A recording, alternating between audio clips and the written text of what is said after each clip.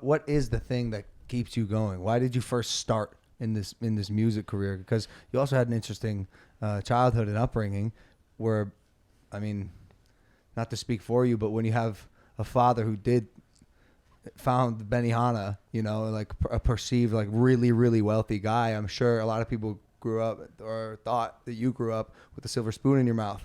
But apparently that wasn't the case. And then here you are and you made this a whole other empire for yourself, which had to be awesome. But where did that fire first start? I want to make music. I want to be a DJ. When you even said it, being a DJ was not a thing. Right. That was a leap.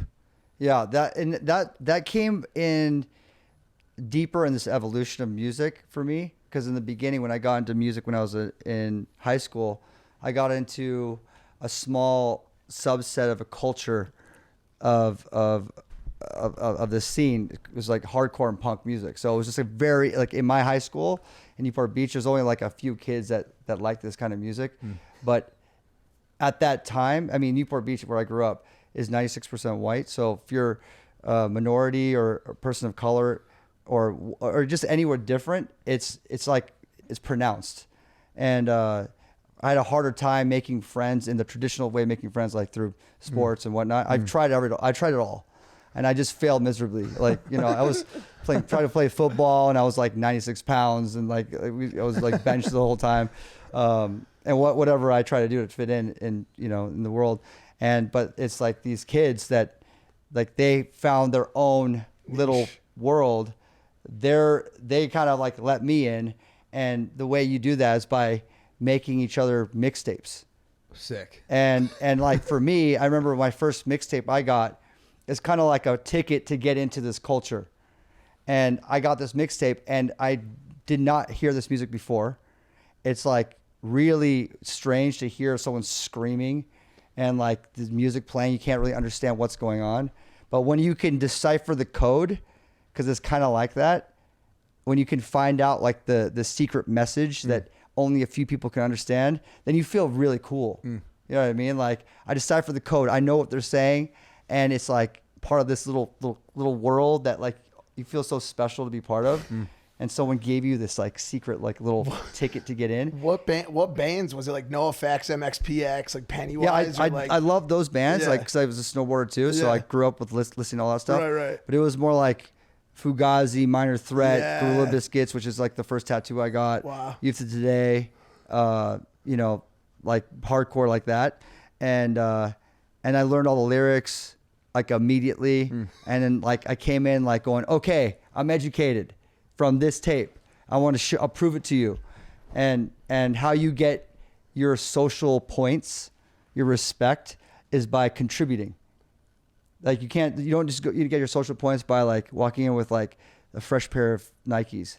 You get your social points by like, hey, I made a zine, guys, or like, you know, I don't know how to play an instrument, but I want to start a band.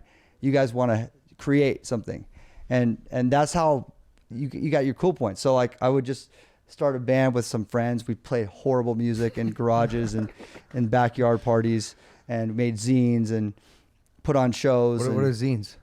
Like a fanzine, like a magazine. Like, you know, we go to the copy center and like you like write poetry and like typewriters and glue it on a piece of paper and then like take pictures at a show of a band and throw those ask in there. them like 5 questions. Hey, what, you know, and then put that in the zine. And it's like you're creating the culture by spreading the culture, right? Sick. It's like your own little magazine. Yes. That you create yourself. Printing the t-shirts. I was like silk screening t-shirts.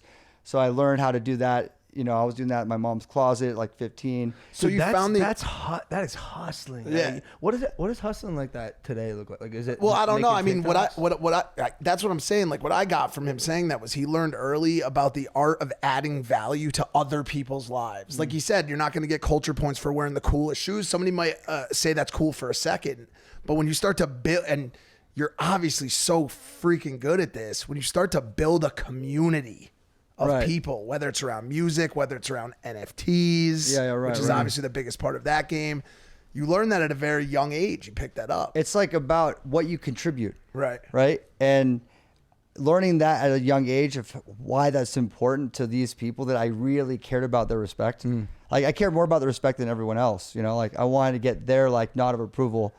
and build on that, right?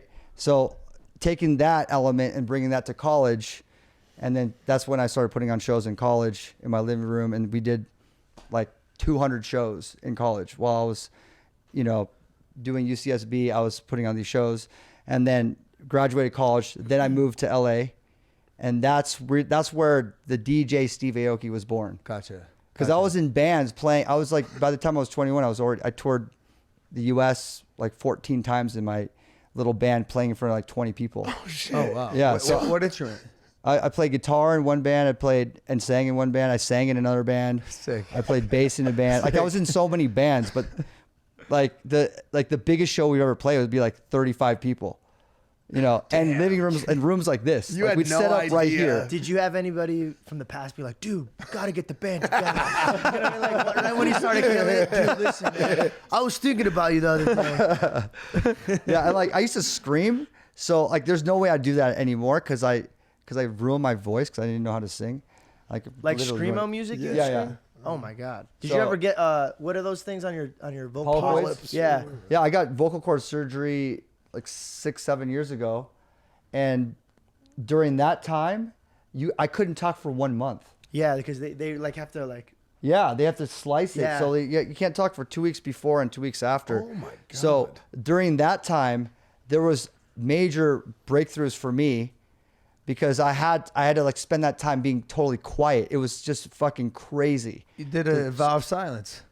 An for inadvertent a vow. month. Yeah. Well, That so sucks. sitting here, I've just listened to you tell a few stories, and each time was like at a low point, and you were like, all right, what are we gonna do? Even when we were walking around, and you were like during COVID, blah blah blah, and you just like build on times where you were either standing still or in like a little of a Right, rut. right. Like Newport was hard for you, but then you found a click that kind of moved you into this music industry. So you really make do for what you have, and that's pretty cool.